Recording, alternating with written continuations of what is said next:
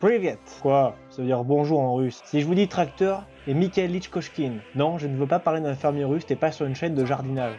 Ok, si je rajoute broyage de nazis. Quoi, tu ne vois toujours pas de quoi je veux parler? Bordel, on va parler de l'origine du T-34. C'est quoi, une moissonneuse-batteuse? T-34, ce n'est pas la moissonneuse-batteuse de Mikhail. Enfin, si, en soi, c'était une moissonneuse-batteuse d'allemand.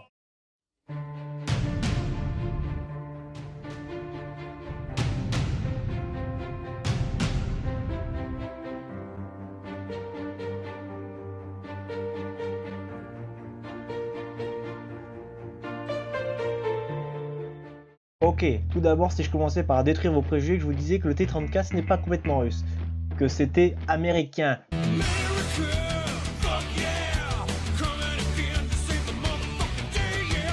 Allez, je vais expliquer avant que ça gueule dans les commentaires. Si je vous dis John Walter Christie, 1928, non, ce n'est pas un acteur porno, c'est un ingénieur américain de génie spécialisé dans les chars et notamment dans les roulements.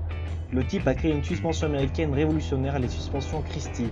Bon, je ne vais pas vous expliquer comment ça marche car faudrait une vidéo rien que pour ça. En soi, les Russes rachètent 2 chars de chez Christie qu'ils vont ramener en douce pour y effectuer des tests. La ville de Karlov abrite l'usine Malijev qui de base fabriquait des tracteurs va se mettre à la construction de ces chars. Ces tests vont avoir une famille sous l'appellation des BT. Des chars Bluetooth? Non Timothée, les BT c'est pas des chars Bluetooth. Donc, la famille des BT c'est une nouvelle branche de chars, un petit canon, un petit blindage mais une vitesse complètement pétée. Plus de 65 km/h pour certains. Ces chars avancent plus vite que ma Bugatti bordel. Quoi, tu me crois pas? T'as déjà vu une Bugatti faire ça?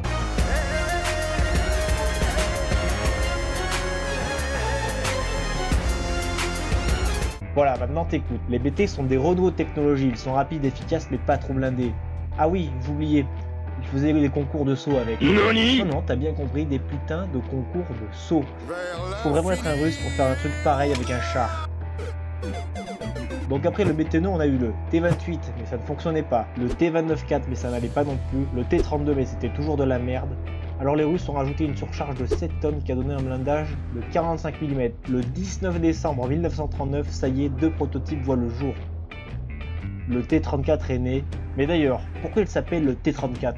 C'est simple, en 1934, la Russie, pardon, l'URSS pour les profs d'histoire, décide d'industrialiser l'URSS en cas de guerre contre les puissances occidentales. Ok, maintenant parlons tuning. Le T-34 abrite un moteur diesel V12 V234 en arbre à canne de 38 litres de cylindrée. Bordel, 38 litres de cylindrée qui débloquait pas plus de 500 chevaux. Oui, c'est pas le moteur liquide 4DC de 70 chevaux de ton Kangoo éclaté qui tombe en panne dès qu'il fait 2 degrés. On pourrait faire juste une vidéo sur le moteur car personne ne sait vraiment d'où il vient. Le truc que je peux vous dire c'est que selon plusieurs sources c'est un moteur d'avion qu'ils ont bien modifié. Car les tests du moteur de char ont été faits dans les conditions d'un terrain russe, c'est-à-dire qu'à 40 degrés il fallait que ton char démarre. Oui, car petit rappel, les Allemands devaient faire un feu sous leur char pour espérer de le démarrer en terrain russe car avec les températures jusqu'à moins 40 degrés, l'essence gelait dans le moteur. On revient au T-34, il atteignait une vitesse de 55 km/h sur route et 40 km/h en tout terrain. Ouais, je te garantis, sur l'autobahn tu ne vas pas vite, mais t'écrases tout au péage. Son poids variait de 28 à 32 tonnes. Il possédait un blindage de 45 mm à l'avant et de 40 mm sur les côtés. Sur le dessus et dessous du char, il possède un blindage variant entre 20 et 22 mm. Détail intéressant, une trappe d'urgence se situe sous le poste de mitrailleur, mais bon, je pense que les Russes préféraient crever dedans que s'enfuir comme des couillons, l'honneur avant tout. Il avait comme dimension 5,92 mètres de long, 2,45 mètres de haut et 3 mètres de large. Il possédait une autonomie de plus de 350 km. Mais bon, un petit détail important, d'abord on va mettre un grand chassé aux écologistes, il avait une consommation de 160 litres au 100 km. Donc, quand tu pleures que tu consommes 10 litres au 100, pense à Dimitriov qui se faisait péter la gueule dans son char s'il faisait le plein qu'à moitié. Bon, avec un truc pareil, tu passes à travers une maison en pensant que c'est du carton. Après que Mikhail Koshkin ait bossé en secret dessus avec son équipe d'ingénieurs, les chars sont prêts. Il est convaincu que son char va révolutionner le monde. Et putain bordel qu'il avait raison ce Mikhail. Sauf que paramètre non négligeable, l'état-major avait refusé la construction de ce char, mais le type il avait des couilles énormes. Il prend son char pour aller défier Staline sur la place rouge de Moscou. Oui, Staline, le mec qui est à l'origine du goulag, le vrai goulag, pas le truc de pucelle que vous avez vu dans Call of Duty Warzone. Donc le type se tape plus de 800 km à travers la Russie avec son char, il brave tout et il y croit. D'ailleurs, il y a un film qui retrace ça, Tanks for Staline. Quand il arrive sur place, il éclate toutes les épreuves de test que Staline a mis en place. Même les trucs les plus fous. La construction du char sera mise en série en 1940. Un canon de 76,2 mm sera placé dessus, accompagné de 100 obus. Il avait besoin de 4 membres d'équipage pour fonctionner. En plus, on aura 2 mitrailleuses de 7,62 mm avec plus de 3000 cartouches à son bord pour faire de la chair à saucisse sur tout ce qui bouge. En 1941, c'est 7000 heures de travail pour un char, pour 3500 heures en 1943. Et après on dit qu'il n'y a que les Chinois qui bossaient à la chaîne. D'ailleurs, vous les avez vus les chars chinois? Vous voulez qu'on en parle du char Hago? Bref, on oublie cette merde.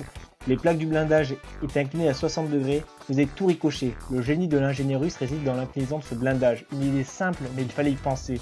Sur le front, à la vue du T-34, c'est la panique générale pour les Allemands.